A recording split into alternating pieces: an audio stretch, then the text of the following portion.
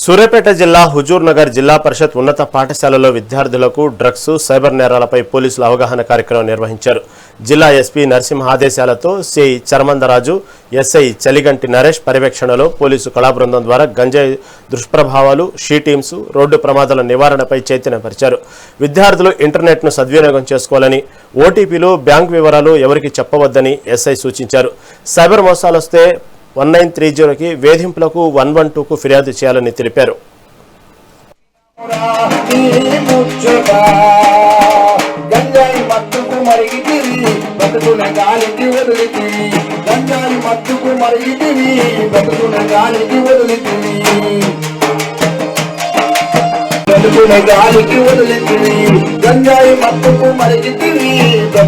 పొలం కాడికి రాంటాడు పచ్చిగడు వేయం అనేది అన్ని చేసుకుంటూ జాబ్ కొట్టిన మీకు ఉందా మీకు మిమ్మల్ని చదవమని చెప్తారు కదా, మనం చదువుదామా? మరి మన గవర్నమెంట్ పిల్లల కంటే ప్రైవేట్ స్కూల్ పిల్లలు గొప్ప కాదు, అది మీరందరూ కూడా అవగాహన చేసుకోవాలి.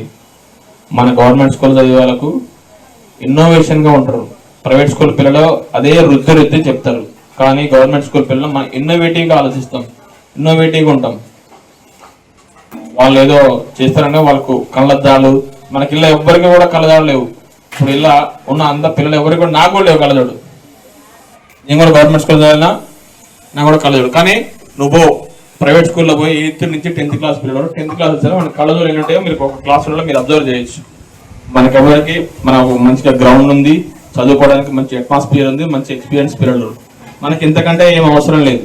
మనం 10th క్లాస్ మంచిగా 10/10 పాస్ అయ్యి ఎడ్యుకేషన్లో మంచి మార్క్స్ తీసుకొని ఇంటర్మీడియట్లో మంచి కాలేజీలో చదువుకొని, అది కూడా గవర్నమెంట్ కాలేజీలో చదవచ్చు, పెద్ద గొప్ప ఏం కాదు.